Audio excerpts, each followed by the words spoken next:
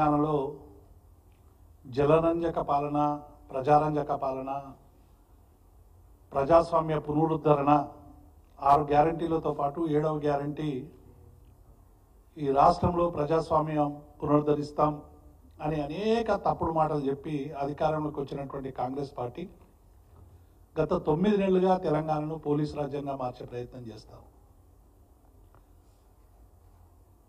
9 నెలలలో అనేక ఘటనలు, మనం ఏ ఘటనను తీసుకున్నా ప్రతి ఘటనలో కూడా ఇవాళ పోలీసు వ్యవస్థ అరెస్ట్ల పర్వం, నిర్బంధం, లాఠీ చార్జీలు, గృహ నిర్బంధాలు అడ్డుకోవడం.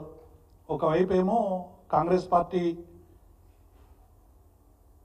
నాయకులు, కాంగ్రెస్ పార్టీ కార్యకర్తలు దాడులకు దిగడం, ఇవన్నీ కూడా చాలా పరిపాటిగా మారిపోయినాయి.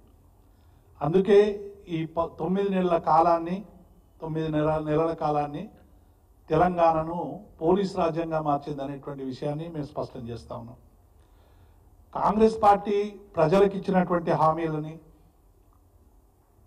బీఆర్ఎస్ పార్టీ క్షేత్రస్థాయిలో అమలు చేయాలని అనేక ఉద్యమాలు చేస్తూ ఉన్నది. ఒకవైపు రుణమాఫీ, అట్లాగే రైతు భరోసా, ఇట్లా ఇచ్చిన ఏ హామీలు కూడా అమలు చేయనప్పుడు సహజంగానే ఒక ప్రతిపక్ష పార్టీగా ప్రజలు ఇచ్చినటువంటి ఒక గౌరవప్రదమైనటువంటి ఒక బాధ్యతగా కేసీఆర్ గారి నాయకత్వంలో బీఆర్ఎస్ పార్టీ ప్రజల పక్షం ఉండడానికి నిరంతరం ప్రయత్నం చేస్తూ ఉంటే, కాంగ్రెస్ పార్టీ నాయకులతో పాటు కార్యకర్తలతో పాటు పోలీస్ వ్యవస్థను ఉపయోగించి తీవ్రమైనటువంటి నిర్బంధాన్ని ప్రయోగిస్తూ ఉన్నారు.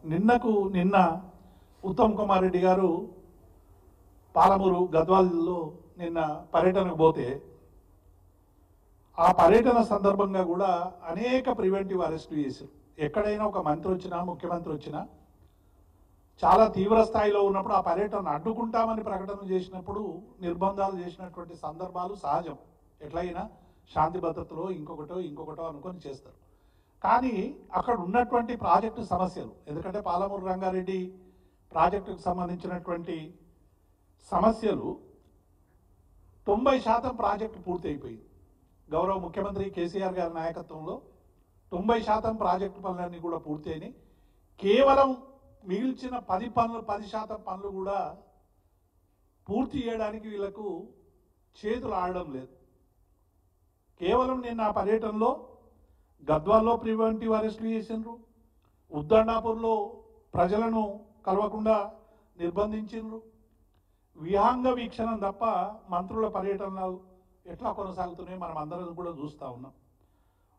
గతంలో ఖమ్మంలో వరదలు వస్తే హెలికాప్టర్ ఇవ్వలేదని కేంద్ర ప్రభుత్వాన్ని, మాకు హెలికాప్టరే దొరకలేదు క్షేత్రస్థాయిలో పరిశీలన పోవడానికి అని చెప్పినటువంటి వాళ్ళకి ఇలా యథేచ్ఛగా హెలికాప్టర్లలో మరి వాళ్ళందరూ కూడా విహంగ వీక్షణం చేస్తున్నటువంటి సందర్భాన్ని చూస్తూ ఉన్నాం. గాలి మోటార్లలో పోతూ ఉన్నారు, గాలి మాటలు మాట్లాడుతూ ఉన్నారు. కానీ జనాన్ని కలిసేటువంటి ప్రయత్నం చేయడం లేదనేటువంటి విషయం వాస్తవం.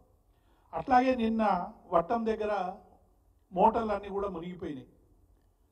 ఆ పర్యటన పోయి ఆ మోటార్లు మునగడానికి కారణం ఏంటి, ఆ మోటార్లను ఎట్లా చేయాలి పరిశీలన చేస్తారేమనుకుంటే దాన్ని కూడా సరైనటువంటి రీతిలో అసలు అక్కడికి పోనే లేదు, పరిశీలన చెయ్యనే లేదు. 30 నిమిషాలు కూడా ఏ ప్రాజెక్టు దగ్గర నిలబడినటువంటి దాఖలాలు లేవు. ప్రజలు ఎక్కడికైనా వస్తే, కనీసం చెప్పుకోవడానికి వస్తే మొత్తంగా కూడా అటు రైతులను అరెస్ట్ చేసిండ్రు, గృహ నిర్బంధాలు చేసిండ్రు, ఎక్కడికక్కడ ఆపేటువంటి ప్రయత్నం చేస్తా ఉన్నాం. నేను అందుకే మేము బీఆర్ఎస్ పక్షాన్ని అడుగుతా ఉన్నాం, ఇవాళ ఈ కాంగ్రెస్ పార్టీని సమర్థించేటువంటి మేధావులుగా చెప్పుకునేటువంటి వాళ్ళు, ప్రజాస్వామిక వాదులుగా చెప్పుకునేటువంటి వాళ్ళు, మరి ఈ అప్రజాస్వామికమైనటువంటి నిర్బంధాన్ని మీరు ఏ కోణంలో చూస్తున్నారు?